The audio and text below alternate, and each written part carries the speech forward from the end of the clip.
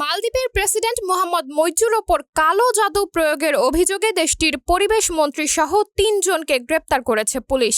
গত বৃহস্পতিবার এই গ্রেপ্তারের কথা জানান সংশ্লিষ্ট কর্মকর্তারা। পুলিশ জানায়, মালদ্বীপের পরিবেশ, জলবায়ু পরিবর্তন ও জ্বালানি মন্ত্রী ফাতিমা শামনাজ আলী সালিম সহ আরও ২ কর্মকর্তাকে গত রোববার রাজধানী মালে থেকে গ্রেপ্তার করা হয়। কর্মকর্তারা জানান, শামনাজকে ১ সপ্তাহের রিমান্ডে নেওয়া হয়েছে। তার বিরুদ্ধে তদন্ত চলছে, তবে তার গ্রেপ্তার সম্পর্কে বিস্তারিত কিছু জানায়নি পুলিশ। এদিকে মালদ্বীপের স্থানীয় সংবাদ মাধ্যম দ্য সানের প্রতিবেদনে বলা হয়, প্রেসিডেন্ট মইজুর ওপর কালো জাদু প্রয়োগ করার কারণে ফাতিমাকে গ্রেপ্তার করা হয়েছে বলে জানা গেছে। ফাতিমার মন্ত্রণালয়টি দেশটির জন্য গুরুত্বপূর্ণ। জলবায়ু পরিবর্তনের ঝুঁকিতে থাকা দেশগুলোর মধ্যে মালদ্বীপ অন্যতম।